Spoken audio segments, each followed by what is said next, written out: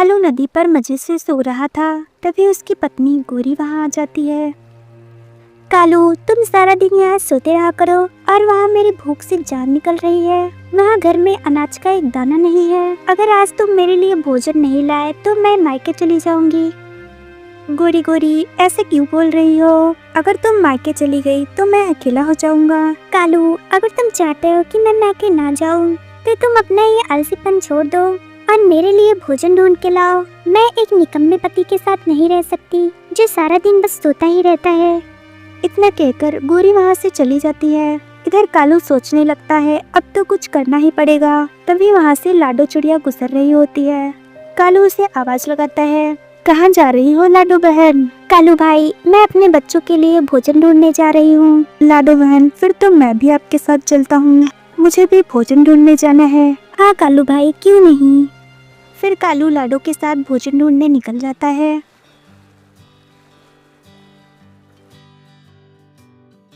काफी देर उड़ने के बाद उन्हें एक किसान का खेत दिखाई देता है। वो देखो लाडो बहन, किसान का खेत। अब लगता है हमें भोजन मिल जाएगा। हाँ कालू भाई, पर हमें सावधानी से खेत में जाके दाना लेना होगा। अगर किसान ने हमें देख लिया तो हमें खूब पीटेगा। लाडो बहन, आप मुझे मत सिखाओ, मैं तो चोरी करने में माहिर हूँ। इतना कहकर कालू किसान के खेत में पहुँच जाता है। लाडो भी उसके पीछे खेत में चली जाती है और दोनों खेत से दाना इकट्ठा करने लगते हैं। लाडो थोड़ा सा दाना इकट्ठा करती है और दाना लेकर किसान के खेत से बाहर आ जाती है। उधर कालू अभी तक खेत में ही था। थोड़ा दाना और ले लेता हूँ, रोज रोज गोरी के लिए अनाज लेने कौन आएगा? अगर ऐसे ही मैं रोज अनाज लेने आऊँगा तो मेरी खूबसूरती कम हो जाएगी, फिर जंगल की कोई भी पक्षी मुझे भाव नहीं देगी। ये सोचकर कालू और अनाज इकट्ठा करने लगता है। तभी वहाँ किसान आ जाता है। किसान अपने फसल को जमीन पर देखकर बहुत गुस्सा होता है। मुझे पता था तुम शैतान पक्षी मेरे खेत को बर्बाद करने जरूर आओगे। ये कहकर किसान कालू को पीटने लगता है। हाय राम, मर गया रे, छोड़ दो मुझे। लाडो लाडो, बचाओ मुझे, बचाओ मुझे। कालू किसी तरह अपनी जान बचा के वहाँ से भागता है। क्या हुआ कालू, तुम कहाँ रह गए थे? लाडो बहन, उस किसान ने मुझे खेत में पकड़ लिया था और उसने मेरी खूब पिटाई की। मैं किसी तरह अपनी जान बचा के वहाँ से भागा। कालू भाई, आप तो कह रहे थे कि मैं चोरी करने में माहिर हूँ, तो आपकी इतनी पिटाई कैसे हो गई? हाँ लाडो बहन, चोरी करने में तो मैं माहिर ही हूँ। इतना कहकर कालू चिड़िया का दाना उठाकर वहाँ से भाग जाता है। अरे दुष्ट कालू, रुको रुको, मेरा दाना मुझे वापस करो। लाडो भी उसके पीछे जाती है पर वो वहाँ से भाग जाता है। फिर चिड़िया एक पेड़ पर बैठ कर रोने लगती है। अब मैं अपने बच्चों को क्या दूंगी? वो घर पे मेरा इंतजार कर रहे होंगे। मुझे उस दुष्ट कालू को अपने साथ लाना ही नहीं चाहिए था। तभी वहाँ से एक परी गुजर रही होती है। लाडो को रोता देख वो उसके पास जाती है। क्या हुआ प्यारी चिड़िया, तुम क्यों रो रही हो?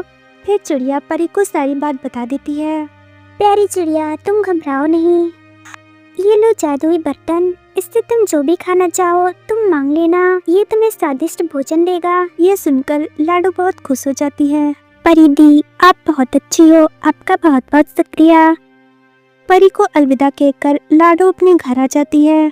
लाडो के बच्चे उसका इंतजार कर रहे थे। मामा, ये आप क्या लेकर आई हो? ये तो कोई खाने की चीज नहीं लग रही है।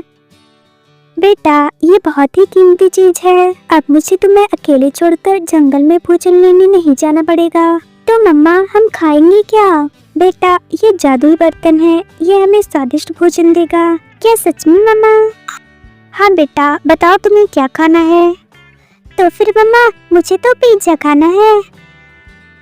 जादुई बर्तन, मेरी गुड़िया के लिए पिज्जा दो। तभी बर्तन से एक पिज्जा निकल आता है। ये देखकर बच्चे बहुत खुश होते हैं। मम्मा, ये तो बहुत ही मजे की चीज है। फिर वो सब मजे से पिज्जा खाते हैं। इधर कालू भी गोरी को दाना देकर चैन की नींद सोता है। सुबह हो जाती है। गोरी कालू से कहती है, कालू जी, जाओ जाओ और मेरे लिए कुछ अच्छा सा खाने को लाओ, और इस बार मेरे लिए कोई घास फूस मत उठा लाना। आज मेरा जन्मदिन है और मैं ये घास फूस नहीं खाने वाली। तुम मेरे लिए केक लेकर आओ। अरे गोरी, इस जंगल में मैं तुम्हारे लिए कहाँ से केक लाऊंगा? इतनी मुश्किल से तो कल मैंने पिटाई खाकर तुम्हारे लिए कुछ मकई के दाने लेकर आया था। मुझे कुछ नहीं पता कालूची, तुम कहीं से भी लाओ, नहीं तो मैं अपने मायके चली जाऊंगी। कम से कम मुझे वहाँ कुछ खाने को तो मिलेगा। कालू बिना कुछ बोले घर से निकल जाता है। इधर चिड़िया के दोनों बच्चे घर के बाहर बैठकर समोसे खा रहे थे। तभी कालू की नजर वहाँ जाती है। अरे, इस चिड़िया के बच्चों को जंगल में समोसे कहाँ से मिल गए? फिर कालू उसके पास जाता है। अरे बच्चों, तुम्हें ये समोसे कहाँ से मिले? क्या चिड़िया की कोई लॉटरी लगी है?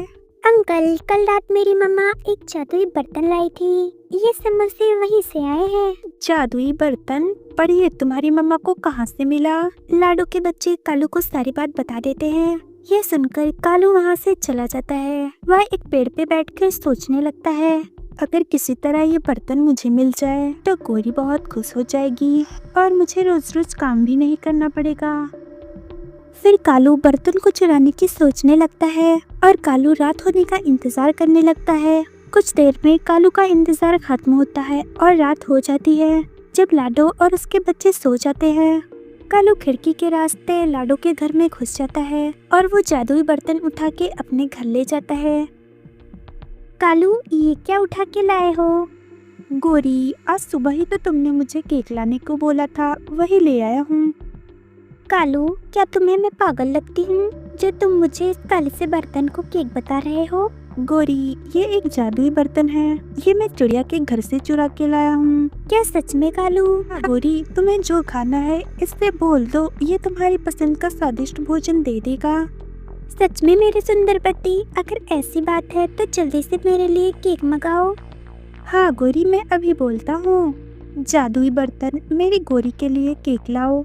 कालू बर्तन से जैसे ही केक मंगाता है, बर्तन से एक छड़ी निकलती है और दोनों की पिटाई करने लगती है। हाय राम, मर गया रे, छोड़ दो मुझे, लाडो बचाओ मुझे। छड़ी उनकी खूब पिटाई करता है और उन्हें उनके किए की सजा मिल जाती है।